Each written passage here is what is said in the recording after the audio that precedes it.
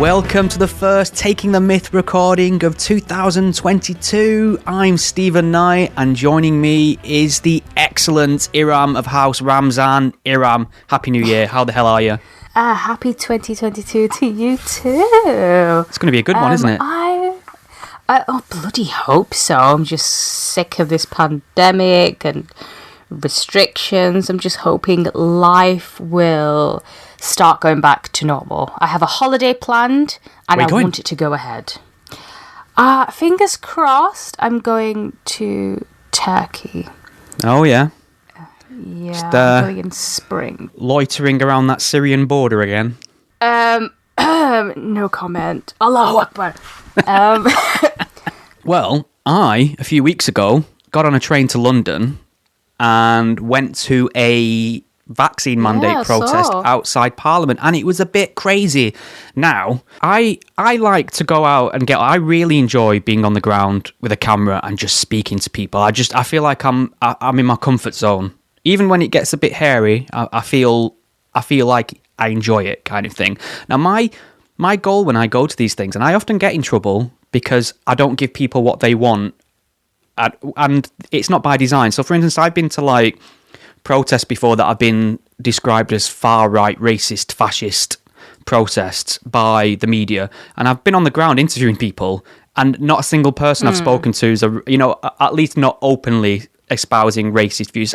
That's not entirely true. I do catch the odd one, and I don't go out there with any design. I'm not thinking like I'm just going to embarrass this person. I'm going to try and only speak to these kind of people. I just speak to people. Whatever's there, I upload it, and that's what I did at this protest. And everyone I spoke to was a lunatic. Iram. Now, I mean, and I have to be careful here because I agree that there is lots to discuss, debate, and even protest in regards to government mandates, government restrictions, lockdowns, things like that. I mean, if you can't protest the government, imposing very illiberal policies on the public, then we are broken. I think that's your right.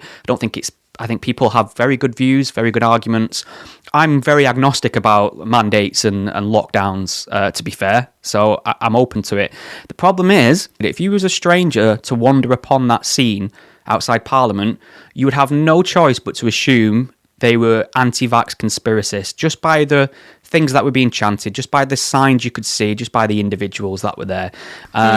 It was fascinating. Okay. So I mean, my point is, I suppose, if you want to embark on the worthy endeavour of posing mandates and lockdowns, you sort of need to eliminate these kooks and conspiracists and lunatics from your movement. Yeah. So I'm very much opposed to anyone making, say, vaccines mandatory unless, there's a good reason to do so. And maybe in a healthcare setting that could make sense. They already have to have certain other vaccines. And you're right, there is a debate to be had about that. And, I think there's that element to it. But then there are some people who try to claim that they're just opposed to making it mandatory when they clear out anti-vaxxers. Yeah. And the ones who have gone out to protest against lockdowns. I mean, I'm against lockdowns as well. I think they've just generally done more harm. And if you look across different countries, especially in Europe, and you look at the outcomes that they've had, the countries that had strict lockdowns haven't actually done better than anyone else.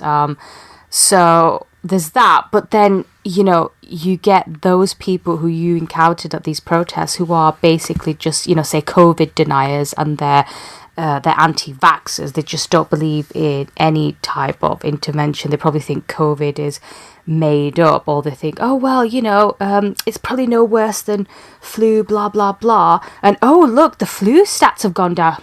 I wonder why. And you're like, okay.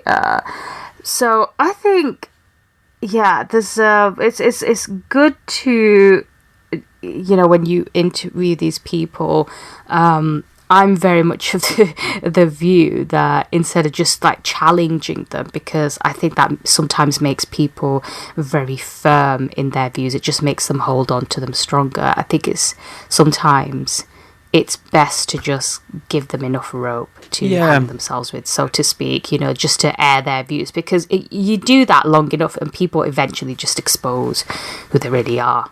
I agree. I mean, obviously I had my views and opinions, but I think that I was fair in my questioning with these people. I wasn't aggressive in any way. So if you want to see me outside British Parliament interviewing people at this protest, you can find it on YouTube. I just think as well, though, like I'm with you on lockdowns. Like I don't even know what I think sometimes. Like, and I try and shy away from making recommendations about lockdowns and mandates because I just feel it's out of my area of expertise for a start. Whereas when it comes to vaccines, I feel fairly knowledgeable. I feel like I know what the score is. And what I've been very disappointed to witness is see vaccines become part of the political culture wars. It's become a tribalist thing because obviously the people on the left and the far left, just as they are with climate change, are very aggressive and vocal about it. And people who are centrist are on the right, rather than just weighing up the data we have on vaccine safety and efficacy, are sort of viewing this idea of vaccination as part of the culture war. They see it as a leftist thing. They see it as the left trying to push their will on the rest of the population. They see it as an extension of everything we've seen over the years regarding, Trump, wokeness, all these things. And it's just silly and they see it as well, like they see it as, like in America, a lot of people are calling it, Biden's vaccine, fuck Biden, I'm not getting vaccinated. And it's nothing to do with that. It doesn't matter whether it's the Republicans pushing it or the Democrats pushing it. It's a medical procedure. And I just wish people were a bit more objective about it and didn't filter every little thing in life through this very myopic prism of identity politics. Well, they do. I mean, that's what a lot of people do now. But the thing is, when you hear of certain things happening and some of the policies that leaders are implementing, it really does give fodder to some of these anti-vaxxers and COVID deniers. You can see where some of these conspiracy theories come from. Obviously I don't believe in them, but when you read up that Biden's making vaccines mandatory for federal employees, and then you hear every week that 10 Downing Street has had a bloody party supposedly breaking the lockdown rules. We can't say they definitely lied and broke rules because there's an investigation into that now. So we'll see what the outcome is of that. It wouldn't be like the Tories to think they're above the rules and more entitled than us mere peasants, would it? Yeah, I think what's happened is,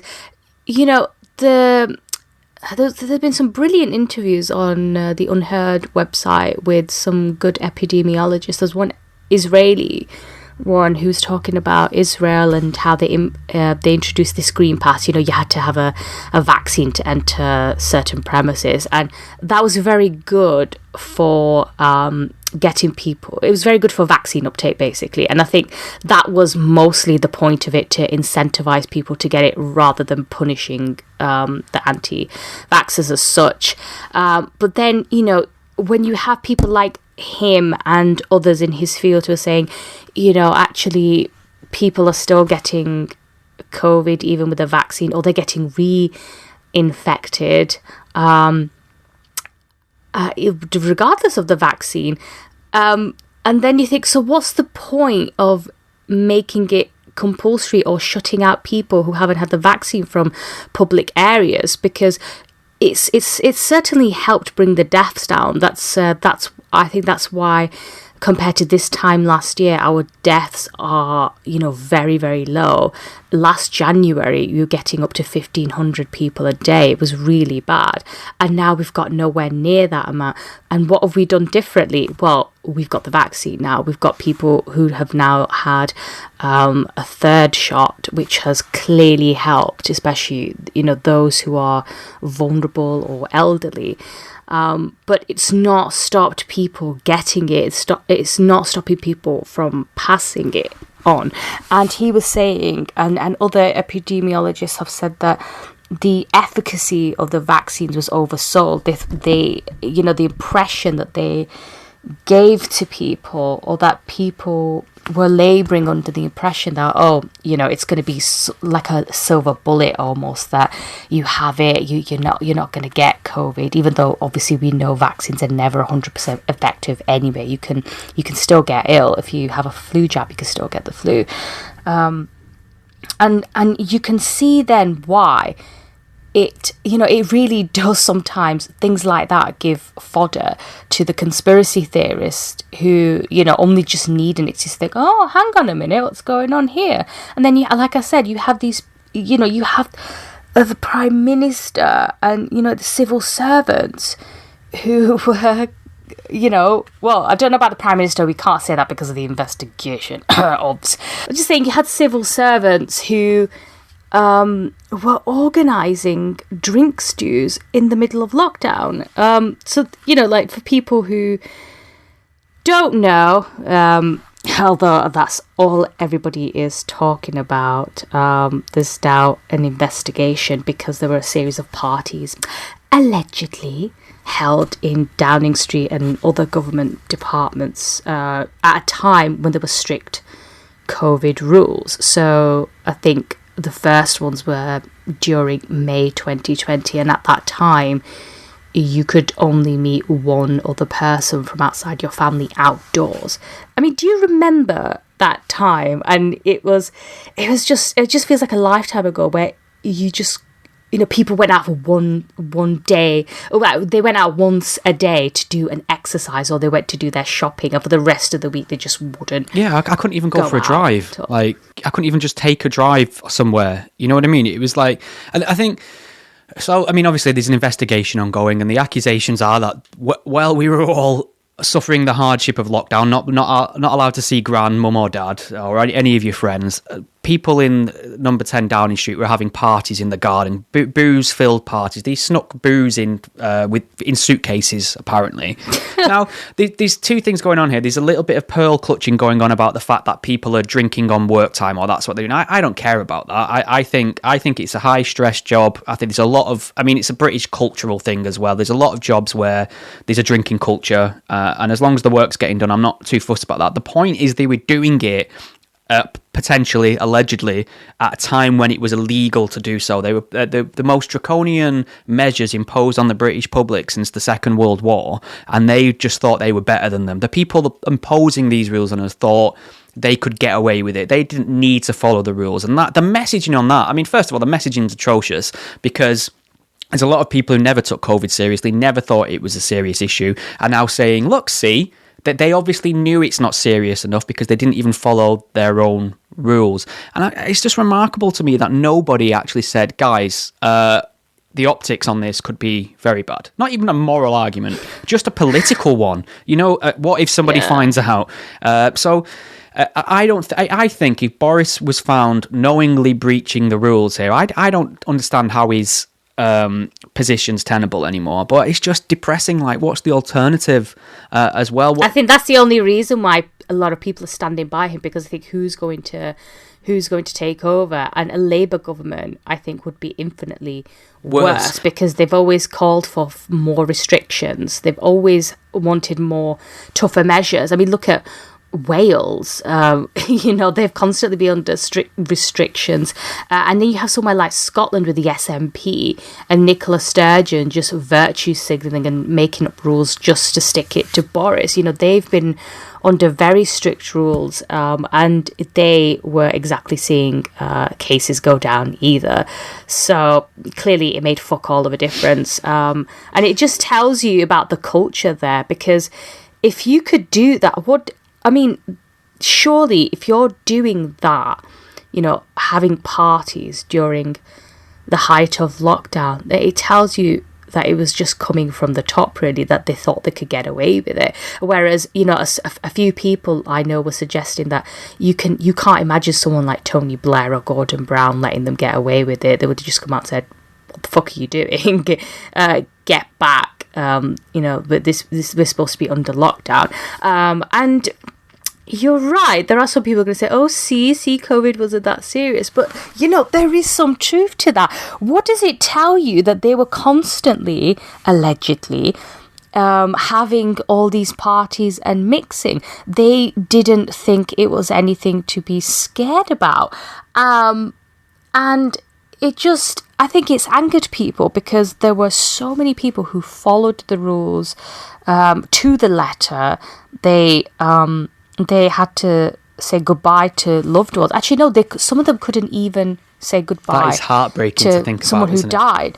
And we oh my God, we all went along with it when all the time they were supposedly having all these parties and breaking rules. And I think, even people who were cautious at the beginning are now coming to the realization that maybe we shouldn't have had these strict rules. What were we thinking going along with them when the people at the top clearly weren't that scared about catching COVID or spreading it? It's amazing that this is the thing that could sink him, because Boris is... I mean, like the fact that I call him Boris because he's a popular character within British culture, regardless of how insane the far left is, that this minority of people who just hate the Tories no matter what. Boris Johnson is probably one of the most popular and liked politicians we've had for the longest time. The way people talk about him, the way people think about him. Now that's waned, obviously. Now he's been no stranger to controversy throughout his career for many things he's said. He's been known for breaking rules. He is a rule breaker. This is someone who's come out with borderline offensive or downright offensive statements. He's had loads of affairs. Yeah, lots of sleaze. He is a maverick. He's come out with, I think that's, in a way, that's what people liked about him. But then when you're Prime Minister, obviously you can't really get away with that type of behaviour anymore. I think people overlooked all that sort of stuff and just thought, it's neither here nor there. But the fact that now people are saying, actually, he may have been taking the piss out of the rest of us, that's when people are like, okay, there's a line to be drawn here. People can't understand as well because people get very tribal with who they vote for. I voted for Labour most of my life, then I voted for Lib Dems when Corbyn took over in the last election. I voted Tories because we had Brexit to get through, and I wanted to vote for a party that I felt would do the most work on behalf of our country in Brexit negotiations, seeing us over the line. People who actually, Boris Johnson was pro-Brexit.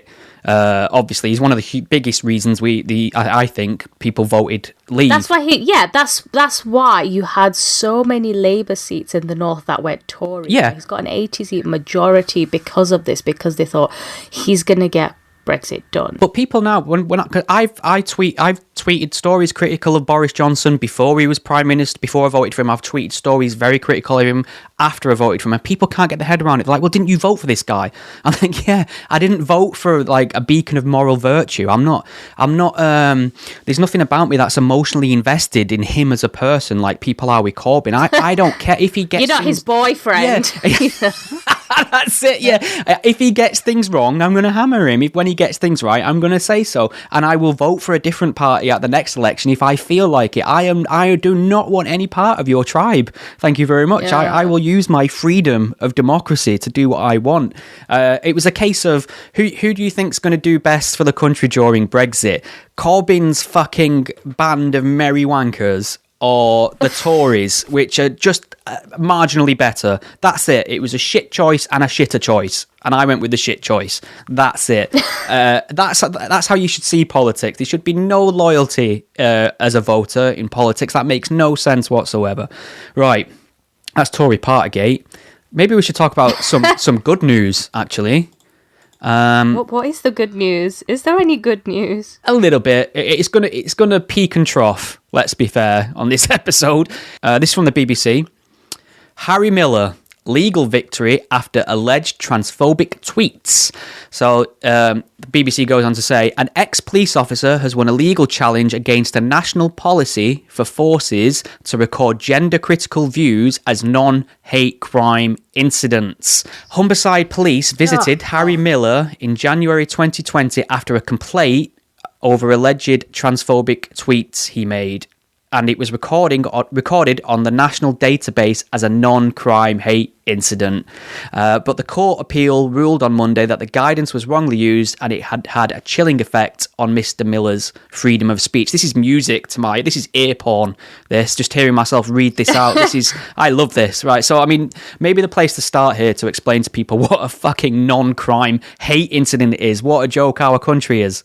I think I'm still trying to figure that one out myself, to be honest. Yeah. So, I mean, here's the thing now. The police have become such a bureaucracy and such a data-driven, paperwork invested in cultural issues joke a lot of the time that now if I see something that I think might be racist or might be sexist or might be homophobic, it does not matter whether it is, by the way. If I go to the police and make a report, the police will log that as a hate incident, regardless of the truth of the matter, regardless of whether any charges have been made, regardless of whether anything's been investigated, regardless of whether any evidence has been collected. Now, that data might be useful in some way, perhaps, but the problem is it's being attached to people's records. So when employers are using, Freedom of Information Acts and things like that to find out more about you, or places of study, universities, colleges, things like that, these things are on your record, and the people... so they can see it? Yeah. I mean, there was an anecdote a while back, and I can't verify whether this is true, but it was widely spread. Somebody had wrote about it on a forum. Now, it might be absolutely false, so let's take it with a pinch of salt, but the circumstances ring true. So, I mean, the fact that this could happen is the problem. So he got an application to something rejected because he had a race hate incident on his file, and he had no idea what this was. He hadn't heard of anything. And when he got some more information about it, he found out that a neighbour had reported him for having a St. George flag on his car or something like that. What? Now this does sound like something a sort of white nationalist agitator would make up, so I accept that. But that is the kind of thing that could happen. Somebody could report you for that, and obviously the police aren't going to charge you. You're not going to get a criminal record, but you're going to get a hate crime incident stat against your name. It's absolutely astonishing, that is. I mean, I was trying to look up what he actually said, Mr. Miller, and there was this one tweet apparently where he said something like, "I was assigned mammal at birth, but my orientation is fish. Don't misspecies me." And that was, I think that's pretty funny. Actually, it's a little bit lame. It's a bit of a. It's Who almost reports somebody a to the joke. fucking police for that, though? Yeah, I mean, that's what I'm saying. The fact that you can report someone to the police for something as banal as that, it's actually quite chilling, really.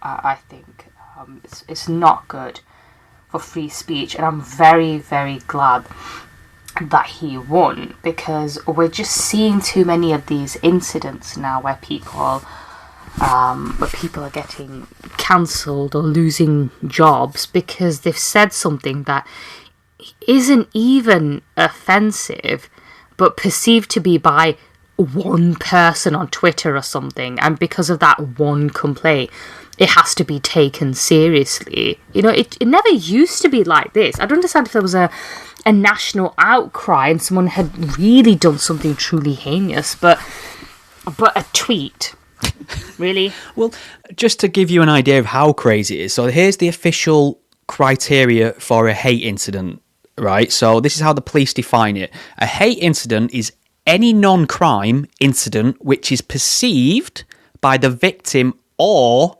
any other person to be motivated by a hostility or prejudice. Now, that's crazy. So the first red flag... That sounds like... I'd probably have loads of tweets which would fit that category. I could spend all day at the police station thanks to that very vague and nebulous criteria. But the first red flag here is the word perceived. So if you perceive something... And now, ladies and gentlemen, I don't know if this will come as a surprise to you, but sometimes people make shit up. Sometimes people use an identity card and wield it politically. We have no end of hate hoax incidents.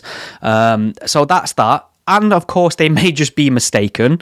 Now, the second red flag is that it doesn't necessarily have to be the target that perceives it this way. It can be a third party. So I can see somebody say something to someone and go to the police and say, you know what, I think that little interaction there was entirely motivated by that person's sexuality. I'd like to make a complaint. And that gets logged as a hate crime incident. What a waste of fucking time. Catch some burglars. Stop inserting yourself in matters of speech. Stop trying to socially engineer the country into what we can say, think, or how we interact. Just catch some fucking burglars, for fuck's sake. But, I mean, the news is good.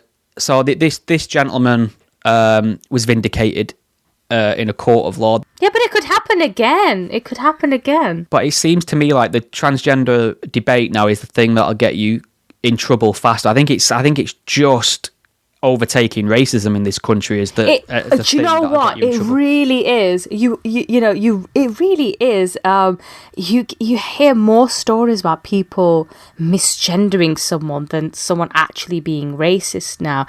And you have people who are having debates on TV or radio and rather embarrassingly trying to claim that they just don't know what a biological man is or what a biological woman is, and you think, what? Oh, have we really got to that point where that's what we're discussing and debating? We can't define what biology is anymore. It's amazing to me that an entire political activist movement can be brought to its intellectual knees by the question, what is a woman?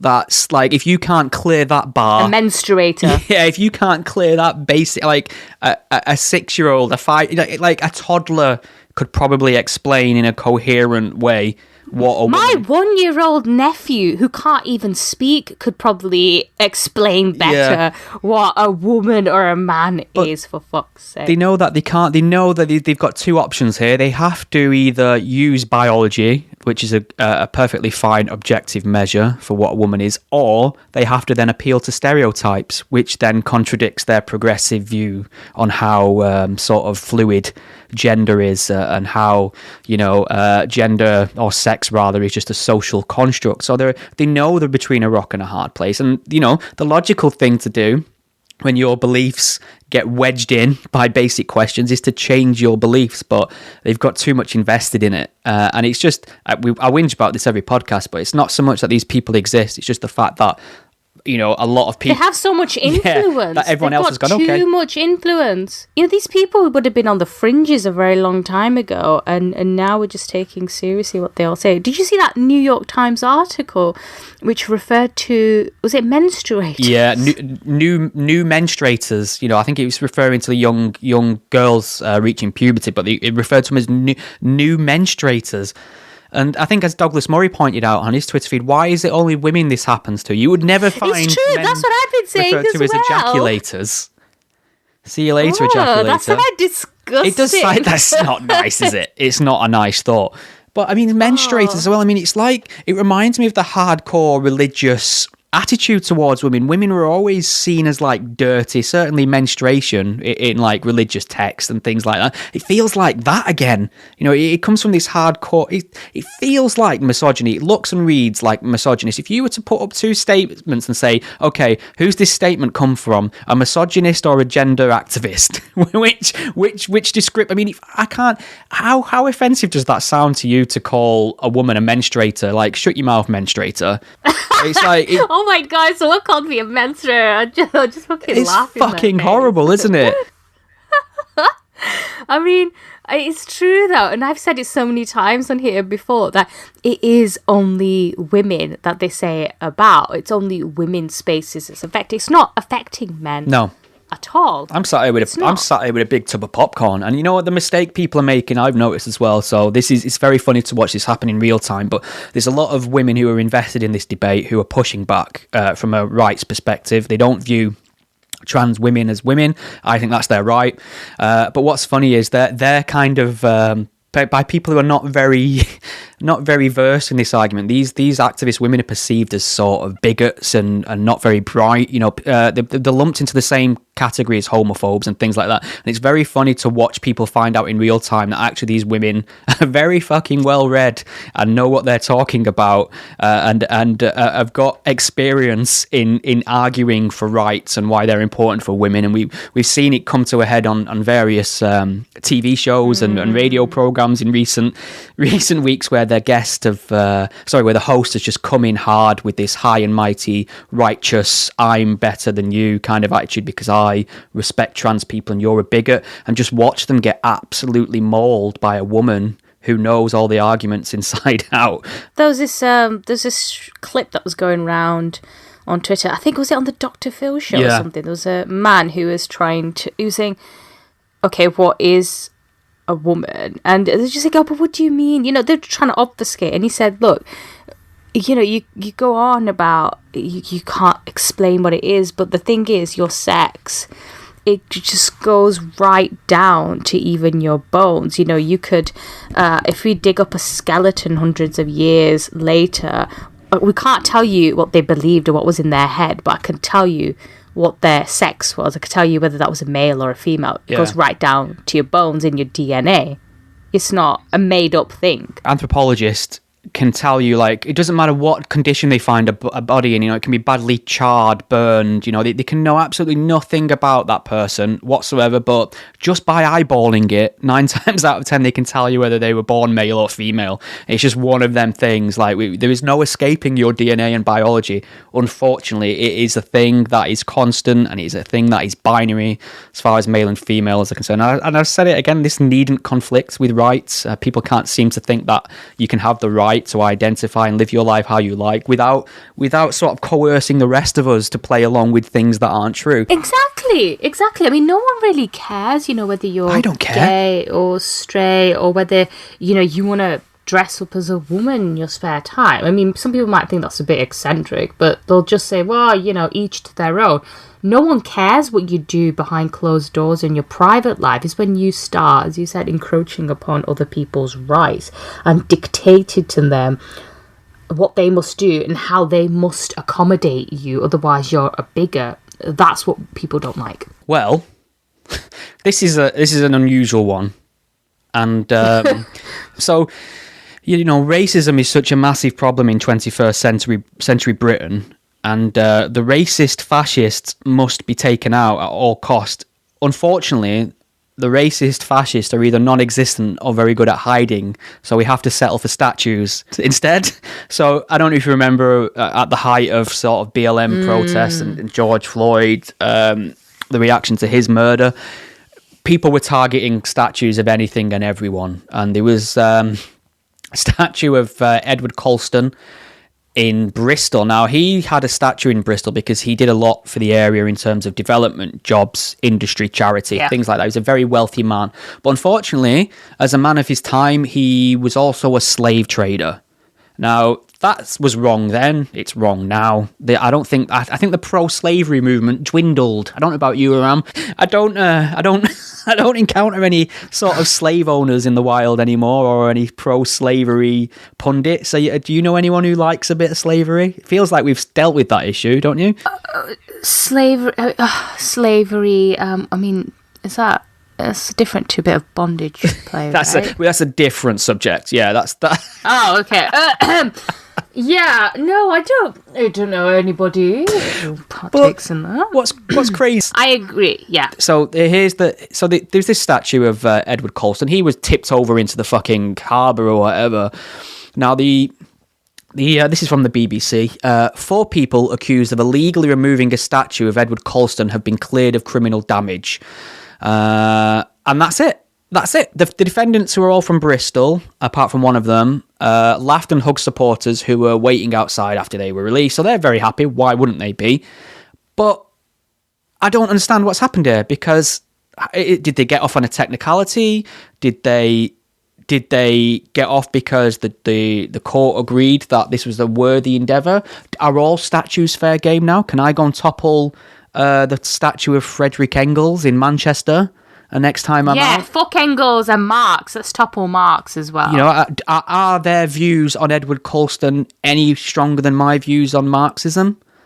Right. Doubtful. So these people, right, they were charged with criminal damage, right? And in the closing statements, their defence urged the jurors to, quote, be on the right side of history. Fuck me. So all these people saying, oh, but you know that the juries, they haven't made it's not set a precedent.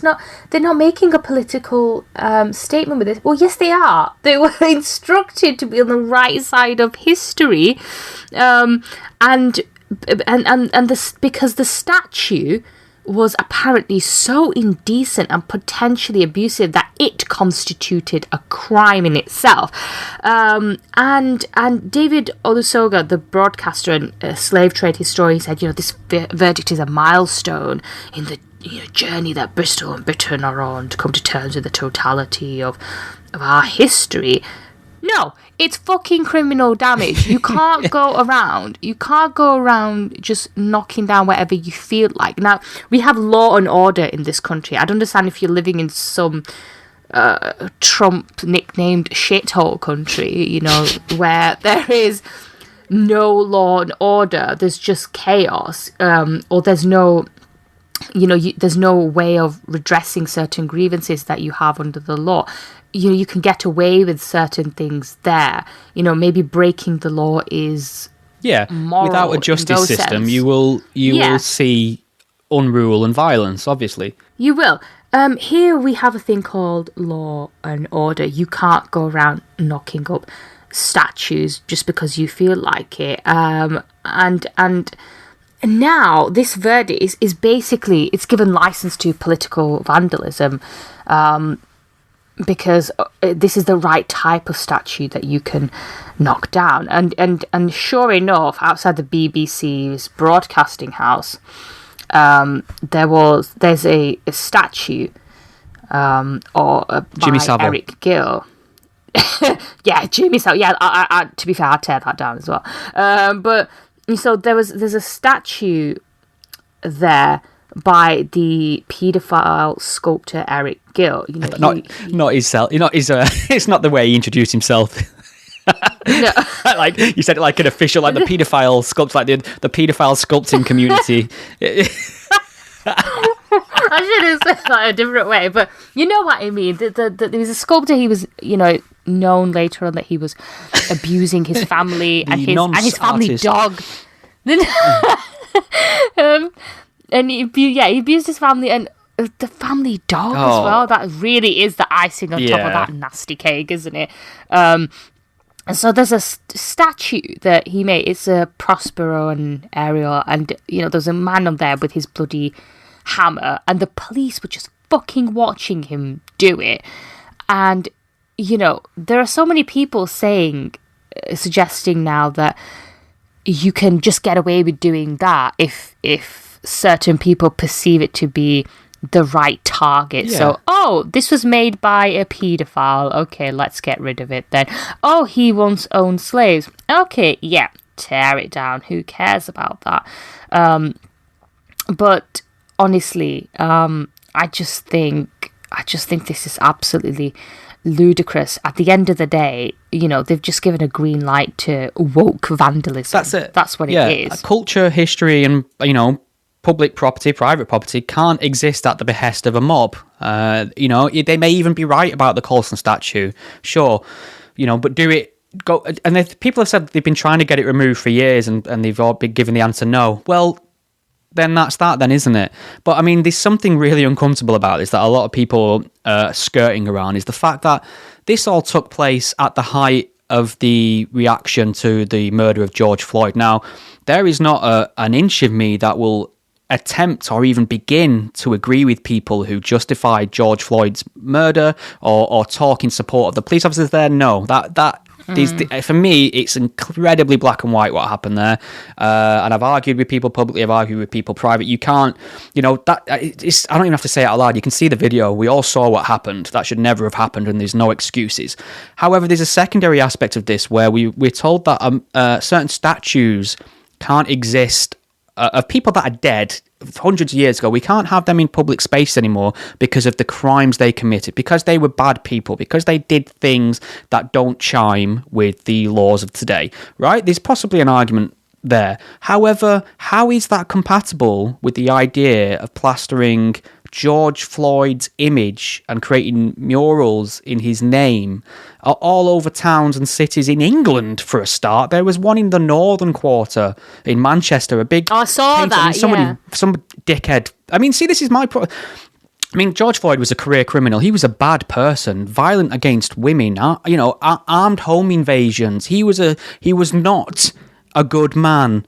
That doesn't mean he deserved what happened to him. Definitely not. I think, didn't they say that he did redeem himself a bit later on in life after he came out of prison? He did try. They say redeem. He did try and go down. He was trying. Fine. You want people to rehabilitate, but if we're going to apply the same standards that these people applied to Colston and everyone else to George Floyd, and I was annoyed to see George Floyd being venerated. Yeah, and treated as a martyr. And when that mural went up in the Northern Quarter in Manchester, I was like, what is the point? This is stupid. Now, somebody vandalised it. I think somebody graffitied it, but just wrote the word nigger across it. And that was horrendous to me. Like, I do not like to see that mural in Manchester. But you know what I hate more? Racist vandalism. So I would, if someone was to said to me, you've got a choice, you can have a mural of George Floyd put up legally in your home city, or you can have someone break the law by vandalising it with racist graffiti. I'm going to go with the legal George Floyd mural, regardless of whether I disagree with it. Because again, it's about law and order, it's about principles, and it's not allowing a mob to dictate what can and cannot be in a public space. Yeah, I mean, most people don't really pay attention to statues in the first place. I mean, there are so many statues around our cities. Who actually stands there to look at them? You just walk past them, basically. The average person will just walk past them and not even give them a second thought. Unless they're in a museum and you can go up at them for as long as you like. And yeah, people did horrendous things in the past. You can't change that. And tearing down statues isn't going to change that either. But I don't see how tearing down a statue is going to solve is going to get rid of the atrocities of the past. It really isn't.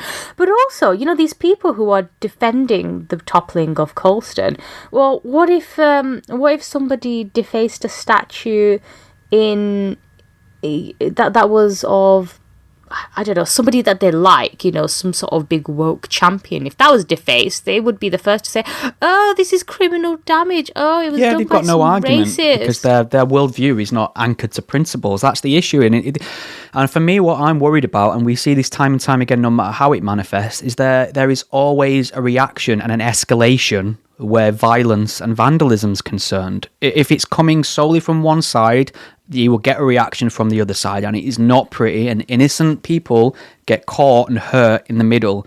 It's bad for the country, it's bad for individuals, it's bad for law and order. It's just not a way. Like, I think people don't understand how sort of rare it is to live in a society that, despite its problems and its crime, things run fairly smoothly and society functions fairly well. And I don't think they realise what a knife edge that's on, and what a gaggle of agitators could do to that system, and how quickly things can change. And I just think it's always, always, always worth reiterating the rule of law to people.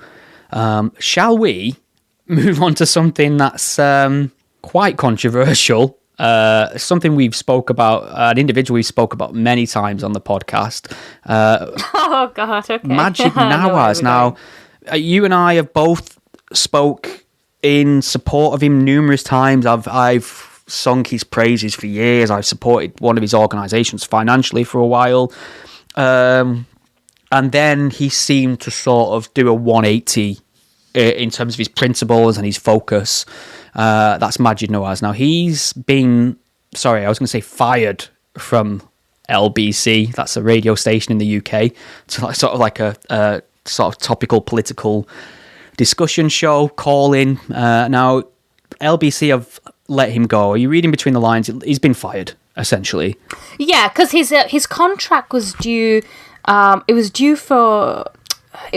His contract ran up to April of this year, and he tweeted it. He said, "I refuse to go quietly into the night." Shock. And then he added that he was scheduled to appear the following day. "I did not quit. My contract expires in April 2022. Make of that what you will." And I made of that he was fucking fired.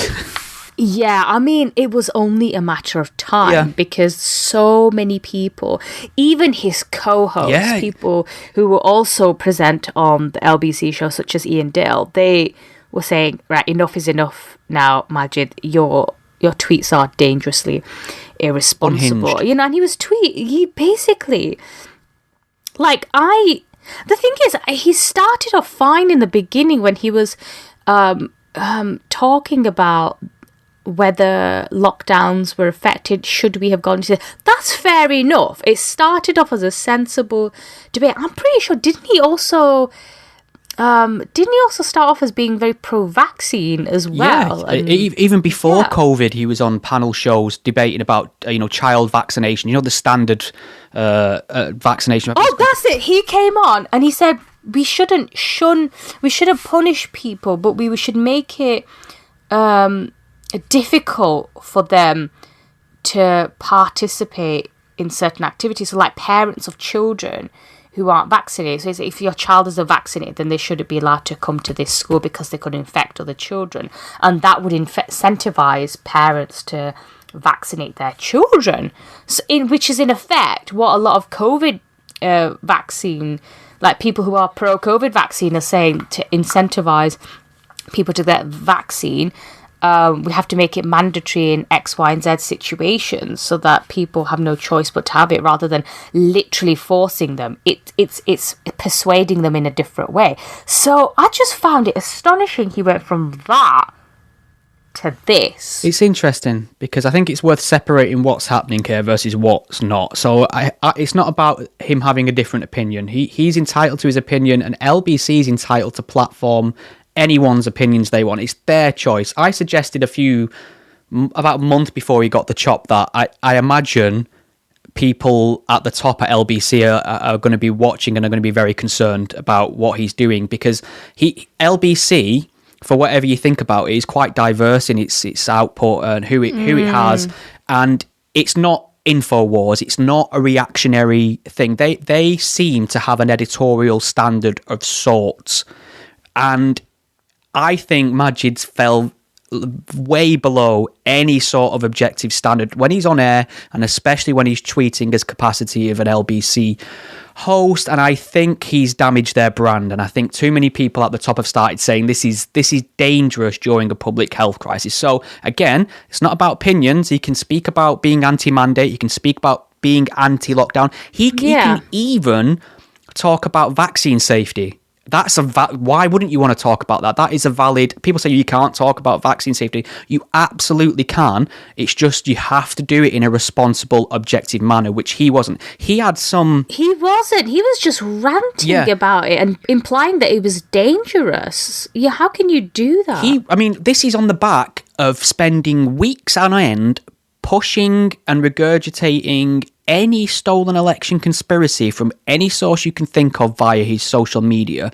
And then when the dust settled, he did not put his hand up and say, hey, maybe I got that wrong. He didn't follow up on any of the things he tweeted out that turned out to be absolute bollocks. He drew a line under it, deleted all his tweets, and pretended nothing had ever happened. Fuck him for that. People stormed the Capitol. That nation was on a knife edge for a while because of people like him. That is ridiculous that he can think that he can just draw a line under that and not think maybe I should be a bit more objective in the future, but go down the conspiratorial rabbit hole of vaccines and lockdown. Then the day he got fired from LBC, he was banging on about the New World Order on his Twitter feed.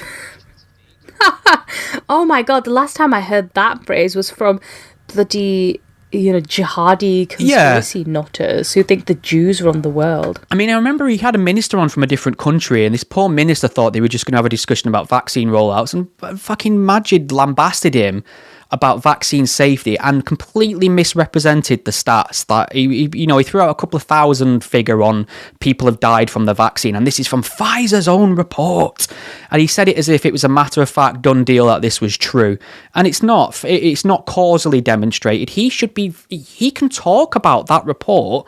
But as a responsible broadcaster during a public health crisis, it's his duty to say this is not causally established yet. This is still, they're still looking at the data. This is from a self-reporting system or wherever it came from. And he didn't. He during a public health crisis when we're trying to get people vaccinated to beat a virus that's killing people, he went on air and told potentially millions of people that vaccines were killing people in the thousands, which is just not true by any objective reading of the data. How is it that he was allowed to say that, all that on LBC for such a long time? I wonder what the final straw was. I thought, yeah, you know what, Maajid, bit crazy now. It's difficult because I will always be a free speech absolutist. I will die on that hill. But it's just so much more risk involved. I mean, it's okay when it's an election, and that's what all the debate is. It's okay when it's some sort of public controversy that, it's fairly low risk to have shitty opinions on something.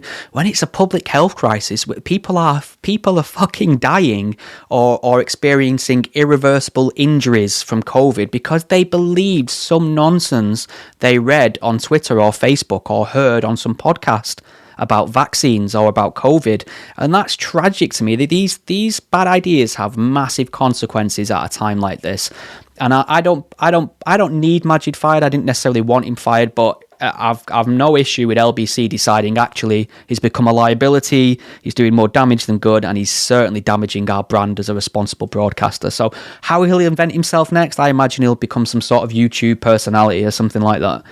Yeah, there were a few people who were asking us a good couple of weeks ago saying, do you think that, I can't remember how they phrased it, but they said something along the lines of, do you think that people like Maajid are now playing to a certain type of audience? They've got a new type of audience, so they're now playing to that. So they've got a lot of American people on the right or anti-vaxxers, and their content just seems to give those people what they want to it's the grift versus sincerely held beliefs argument, isn't it? And I always assume they believe what they say, because even if they don't, you've still got to deal with the content and the arguments they're putting forward. There's no point going down the mind reading path of saying, look, you're just doing this for clicks and money. However, it becomes more likely with certain people when you look at their output, in the sense, look at it this way. I only ever record or talk to people on topics or things that I'm interested in the moment, or I think is important in the moment. If you look at my podcast output, 1 week I'm talking about Islam, 1 minute I'm talking about trans rights, next minute I'm talking about virtual reality, all sorts of different things that, driverless cars. I've done, and when we get here on Taking the Myth, we don't just talk about one theme or one topic. We see what's in the news for the entire month and go through each story and give our opinions on them. However, there are some people that if you look at their YouTube output, every week they do a video on the same thing, because it's very easy to look. I've never done this, but I can log into my YouTube now or my podcast stats and look at the episodes and think, oh, that episode on that topic got me a couple of thousand more listens or views, and that topic didn't do very well. You know what? That topic that I think is really interesting and important, I'm not going to touch that again because no one cares. And I could just solely focus on one topic, and that'd be good for me.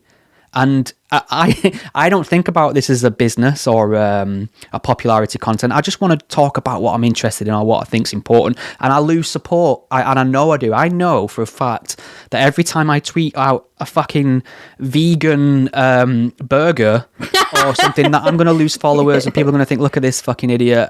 But I still do it. I blocked you for that. Yeah, I still do it because it's what I'm interested in. Now, admittedly, if I had to pay my mortgage based on my output, I might think about it. I might think, you know what, could lose a bit of support here if I delve into this issue. So I'm kind of privileged and not privileged in the way that I'm working. I'm not dependent on my podcast to pay the bills, which gives me no time free time outside of that whatsoever, and I can't do all the things I want to do, but so what, cry me a river. But maybe. But Maajid had a good job on LBC. I doubt he would have been earning peanuts. No. And, I'm sure LBC is one of those, you get all sorts of listeners because it's a national broadcasting station. You're going to get nutters, you're going to get sensible people, you're going to get all sorts of in between. So it just seems astonishing that he would want to only play to a certain gallery. I think he believes it. I have to accept that he's gone down a rabbit hole. And no, I agree. I don't think he doesn't believe it. I don't think he's just doing it for the sake of it. You wouldn't risk that if you didn't, and just for a few likes on YouTube or something. We've seen this with a lot of people who have blown up overnight, and it tends to happen to people who aren't journalists. So you look at someone like Douglas Murray. He was always a journalist before he became, and his writing was always popular and always loved. Then somewhere along the lines, he blew up massively after, I think, maybe The Strange Death of Europe. And he became this, fixture of not only British media, but American. And his star really flew. But because he was a journalist, he sort of retained that objectivity still in his writing and output. He's not gone off the rails by his fame, is what I'm saying. Now, there are people at the minute who were doing good work. Well, I don't think Douglas is objective. He clearly has views. So... but he's not coming out with... He has his so by objective, I don't necessarily mean he's neutral. I mean that he makes his arguments for one side, but in an objective manner. I think you can be biased to an opinion or a view, but you can argue in favour of it objectively, rather than trying to play hide the ball or misdirect or whatever. Now, there are some people who just seem to have got a massive audience very quickly, and they've lost their heads. And one aspect of that is your prejudices can be confirmed immediately, because all the things that you think exist, or the political ideology you're fighting against, is represented in the feedback you get. There are certain people who probably get nothing but hate from the people they object to, and they think, well, this just confirms I'm right. They have people constantly telling them right about stuff. There's just when you have such a large audience, how do you pick and feed out and sort of separate the valuable feedback from the hate versus the sycophants and all kind of things? Where do you draw the line? How can you know what's genuine and what isn't? I think a lot of people get lost. Do you know what? Yeah, that actually explains so much of what I've seen of, people who have started, say, blogging, or, young people who have had columns in national newspapers or websites, and you see them, they start off well-intentioned, and then you see them a couple of months later and you think, oh my God, this person is just looks like they're out of control. And the stuff that you're saying now explains why they've become like that. And it is this new audience that they've got. And it's, I guess, in a way, encouraging that type of behavior. Maybe it's social media that's to blame in a way. And, some of these people, they're not used to that type of attention, or maybe they're just attention seeking. And they're only getting reinforcement for some of their views, and it's polarizing them even more. So that really does explain what I've been seeing a lot, and I was wondering why that was happening to some of these people who started off well-intentioned and just seem to have just almost lost the plot in a way. Yeah. So that's interesting. It's depressing, because you'd go on a tweet that Maajid had sent out, which was objectively conspiratorial misinformation that could be verified as false within the click of a Google search, right? But you'd look at the responses to it, and people were like, "This is great, Maajid. Thanks for fighting the fight. Solidarity. You're the only truth teller in this industry. Blah blah blah. Thanks for fighting." And it's constant positive reinforcement for bad faith arguments, and that's what worries me. How someone can separate that from genuine praise or genuine criticism. And I think once you get over a certain threshold, I just think it becomes impossible, and you have to either just be incredibly well grounded as an individual to navigate it, or just not engage with it at all. There are many people who use social, Sam Harris is probably a good example of it now. He doesn't tend to engage on there anymore. He uses it for output, and very rarely. He does. He just doesn't. He just blocks everyone as well now. Everyone, he's pretty much blocked everybody. You should block anyone for anything, anytime you like, for no reason. Like, don't like your face, blocked. Don't like your avatar, blocked. Like, I have become incredibly block happy of late, and it just improves your experience on Twitter tenfold. Right, we've come up to an hour and we've still got like 4 things to talk about. Do you want to evacuate this podcast while the going's good, or do you want to choose from one of the following options to quickly speedrun it? I think let's do the Blackburn. Ooh, see, we've not even got to your incredible piece in the Daily Mail about Angela Rayner. Let's go on that then. Let's go with that, because that's something that's quite central to you and I. So tell us who Angela Rayner is, tell us what was said about her, and tell us how you responded in the Daily Mail. Right, all right then. Okay, so Angela Rayner is a Labour MP for Ashton-under-Lyne, very close to my neck of the woods. Round the corner.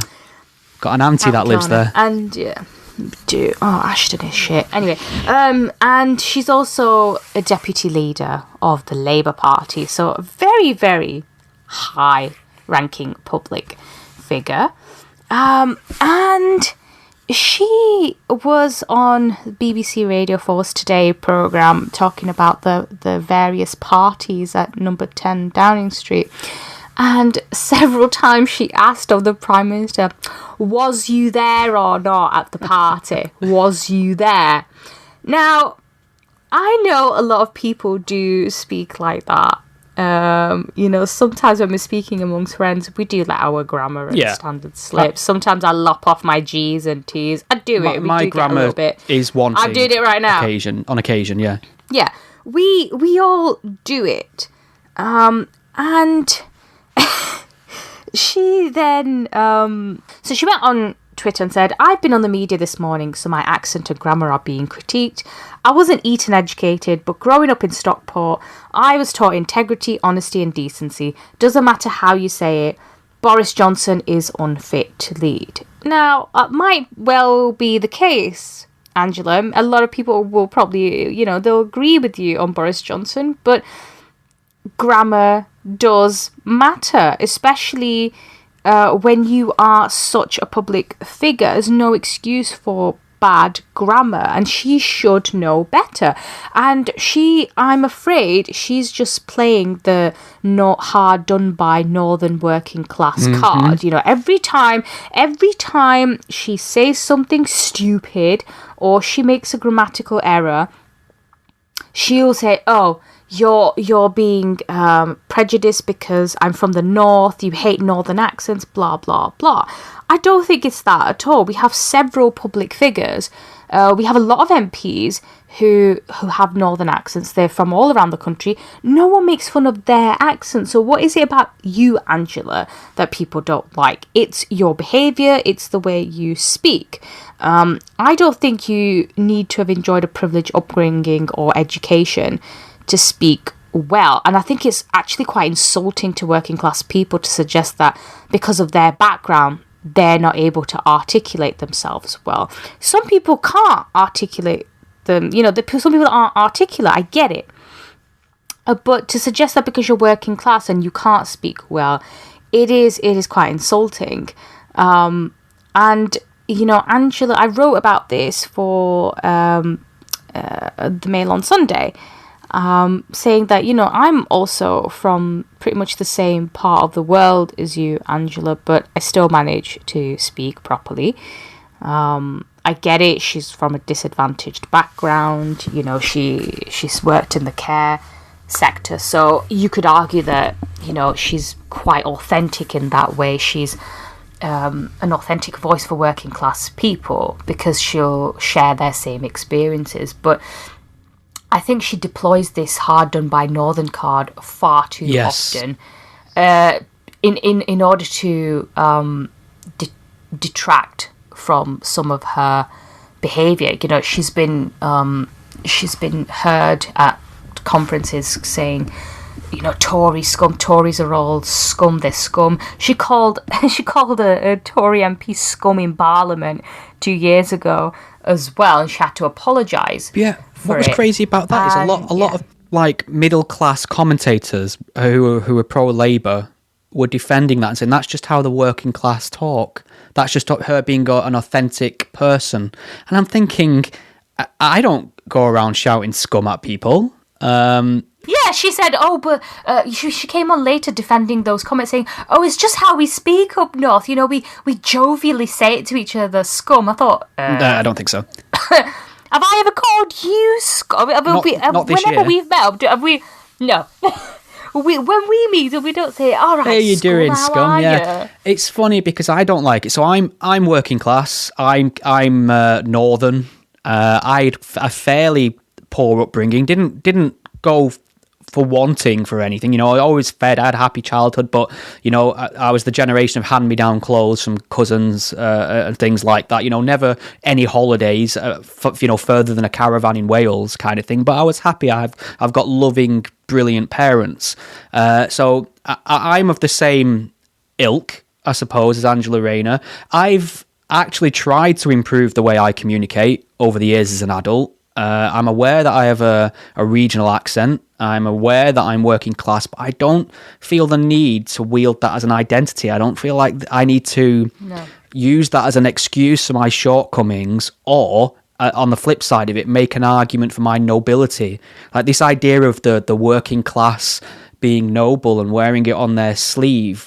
No, the working class are just as capable of the horrible things the middle class and the upper class are doing. They just don't have as much change in the pocket. That tends to what it comes down to. And I understand like there's an argument about education and what money can get you, and no doubt I probably would have been far more intelligent through a different sort of private schooling system, perhaps, if my parents had been able to afford it. But this idea that when someone pulls you up on your bad grammar, you make it a class issue rather than just saying, maybe I should speak, make a bit more of an effort. This is coming from someone who I like that faux pas she made instead of was or were. I recognised it immediately when I saw it written down. I'm a better reader than speaker, I think. I think I'm a better writer than speaker. However, when I speak, I've made that mistake. I've said was instead of were. I've probably done it a million times on this podcast. The difference is what I wouldn't do if someone pulled me up on it. I wouldn't say, look, how dare you be classist? How dare you... Yeah, you would probably say, oh my God, you're just prejudiced because you hate working class people. Yeah. You'd probably just say, fair there. enough, I do Need that. to watch that.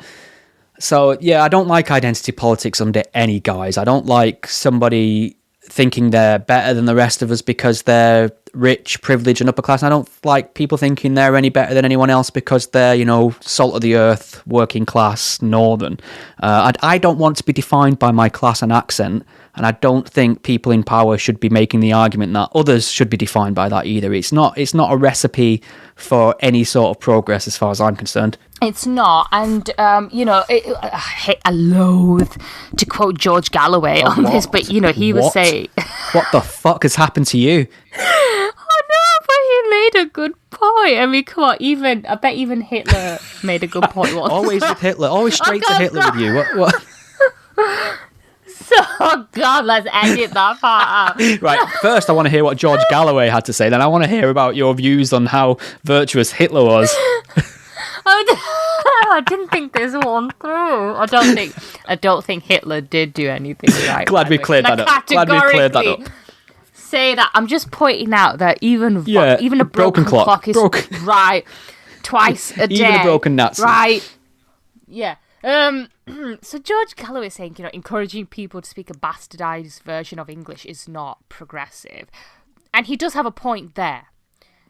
He's right. Saying to people, oh, because you're working class, you're poor, it's okay to speak like that. If you're in the streets of Ashton, fine. But when you're deputy leader of the Labour Party. Imagine if she became Prime Minister and she had to go around the world representing us. And she's like, oh, was you there? Was you there? What was a surprise? It's embarrassing. And this is about being fair, because I've never liked Angela Rayner. I've always been fairly critical of her. And to be honest, I thought she was a bit thick.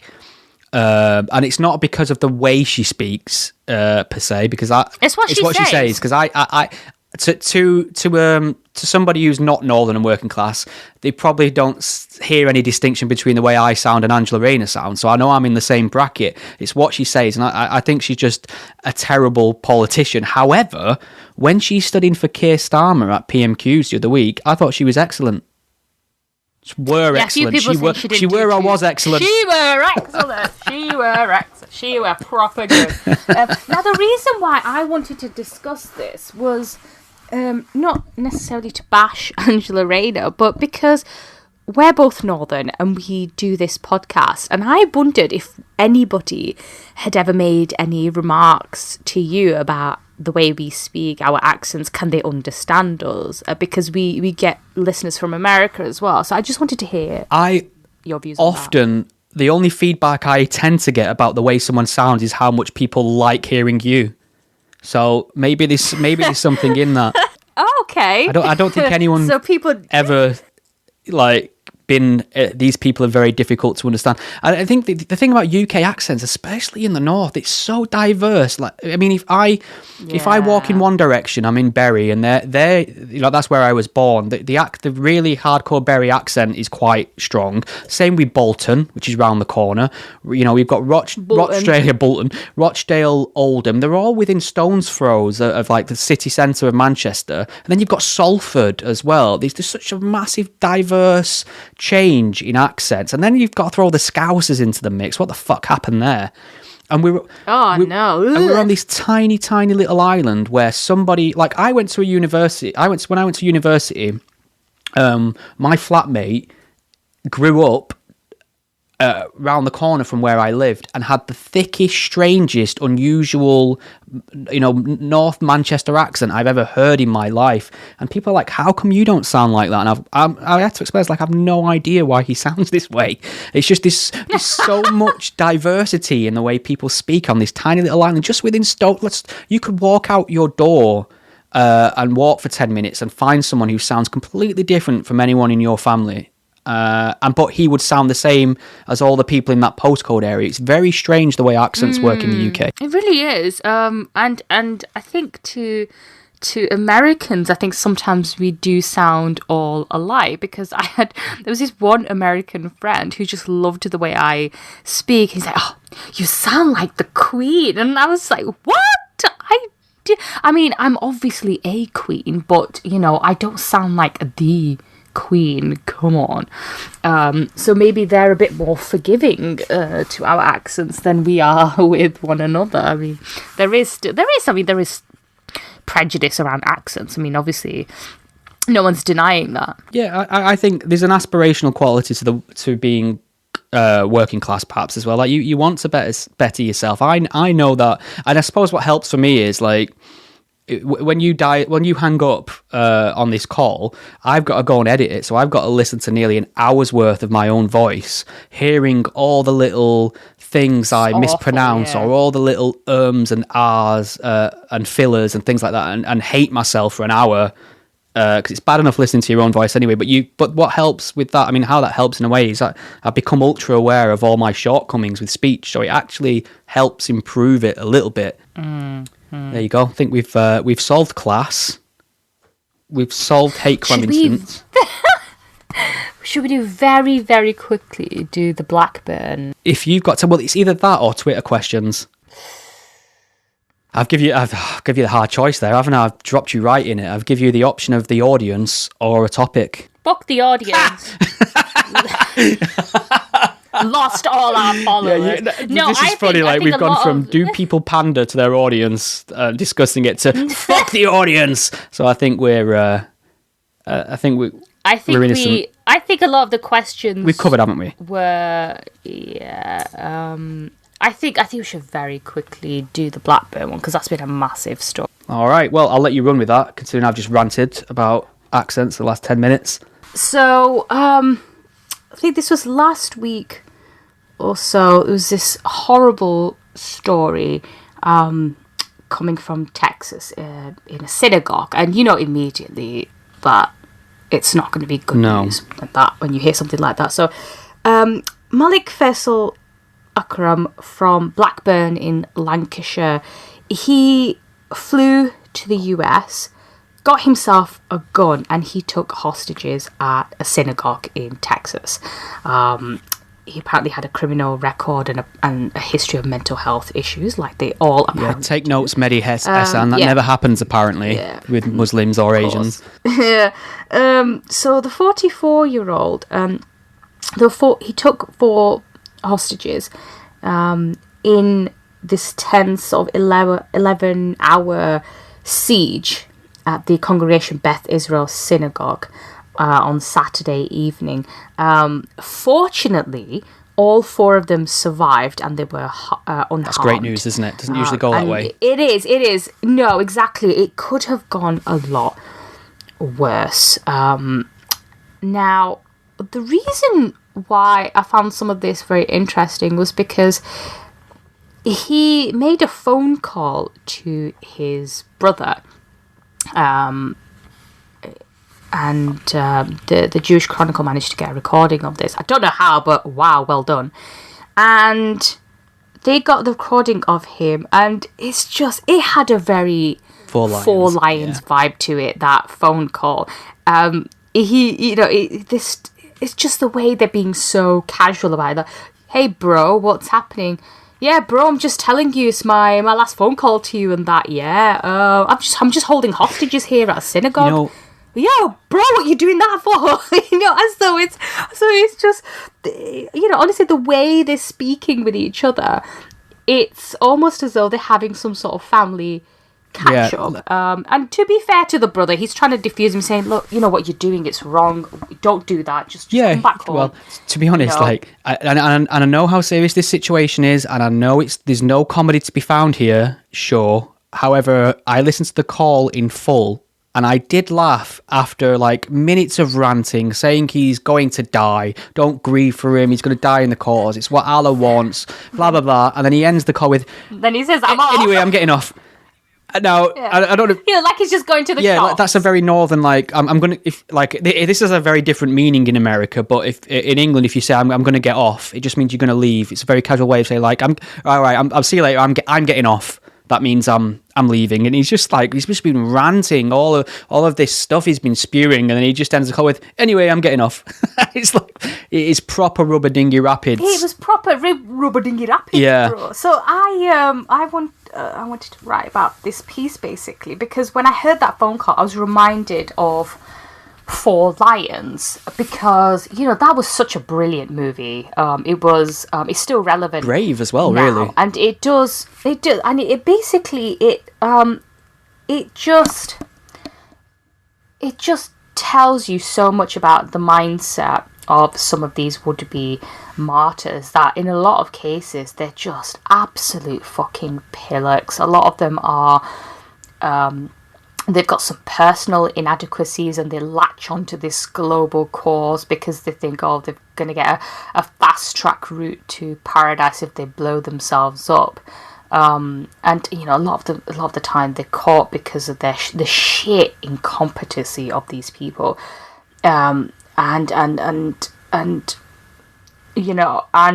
I thought to myself, this is still very relevant. But at the same time, I thought what the movie didn't quite address, and what some people downplay, the likes of Mehdi Hassan, is the role religious ideology can play. Now, we don't know what motivated this guy, although if you go into a synagogue, then I'm guessing if you go to a synagogue to go and kill people, then you are an anti-Semite. Why else? The FBI said a synagogue. The FBI were making out on first statements, and I don't know if they've since updated, but they were making out that the Jewish people weren't targeted because they were Jewish, and I'm thinking, fucking hell, that's nonsense.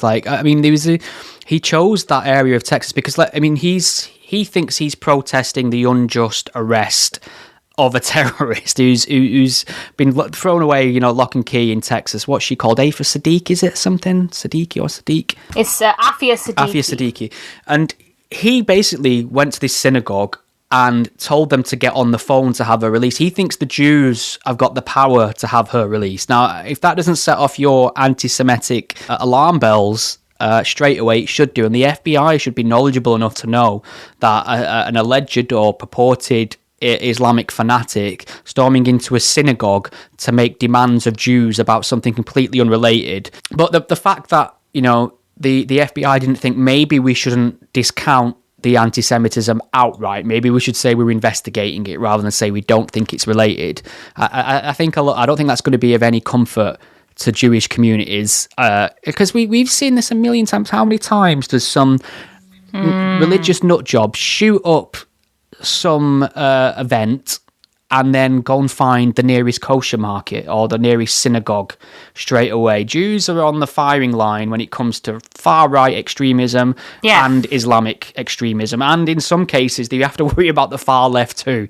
So I think they need to know that the FBI is taking this far more seriously than they appear to be. And I think like the point that I wanted to make was, even though these people come across as absolute morons, which a lot of the time they are, they are like the Wadges of Four Lions, that we shouldn't really discount ideology, because that's what recruits them in the first place. And that's what the likes of Anjem Choudhury and Anwar al-Awlaki, these people, they know what they're doing, and ideology is very important to them, and they use that.